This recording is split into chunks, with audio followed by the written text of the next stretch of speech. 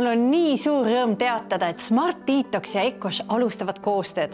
Juba 20. aprillil me alustame koos Smart Detox suveks vormi programmiga. Tule ja puhasta oma kehamürkidest ja mine suvele vastu mõnusalt lenneldes ja kergelt. Minu kõrval on Ecoshi tootmisjuht Regina ja Ecoshi turundusjuht Luuna-Maria ja nemad on mõlemad isiklikult läbinud Smart Detoxi. Ma olin Bali reisil koos oma kolleeg Reginaga ja siis hommikusöögi lauas vaatasin, et Regina ei võtagi kohvi ja siis kuulsin, et ta läbib Smart Detoxi programmi. Nägin Facebookis Briti erinevaid videoid. Mind kõnetas väga tema energia. See tekitas väga suurt usaldust. Tekkis tunne, et oleks aeg teha iseendaga siseaudit. Minu üks suur sõltuvus oli kohvisõltuvus. Nüüd aasta siis hiljem ma joon kohvi vahest, kui ma tahan seda. Aga ma ei vaja seda enam.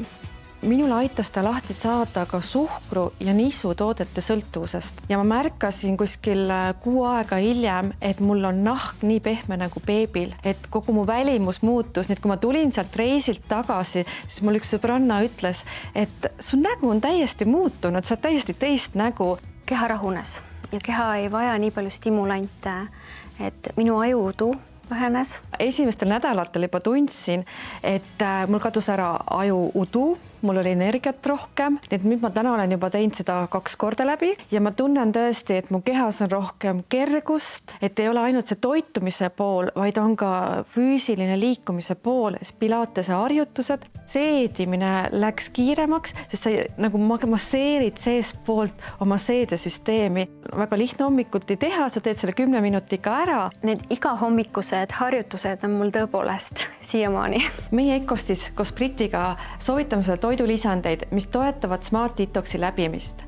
Ühtlasi anname kaasa ka sooduskoodi, millega saab osta Ecoshi e-poest toidulisandeid soodsamalt. Ootame sind ühinema Smart Detoxiga. Teeme sellest kevadest ja suvest sulle täiesti uue alguse. See on see sisemine otsus. Ma tegin otsuse, ma teen selle läbi ja seda oli väga kerge teha.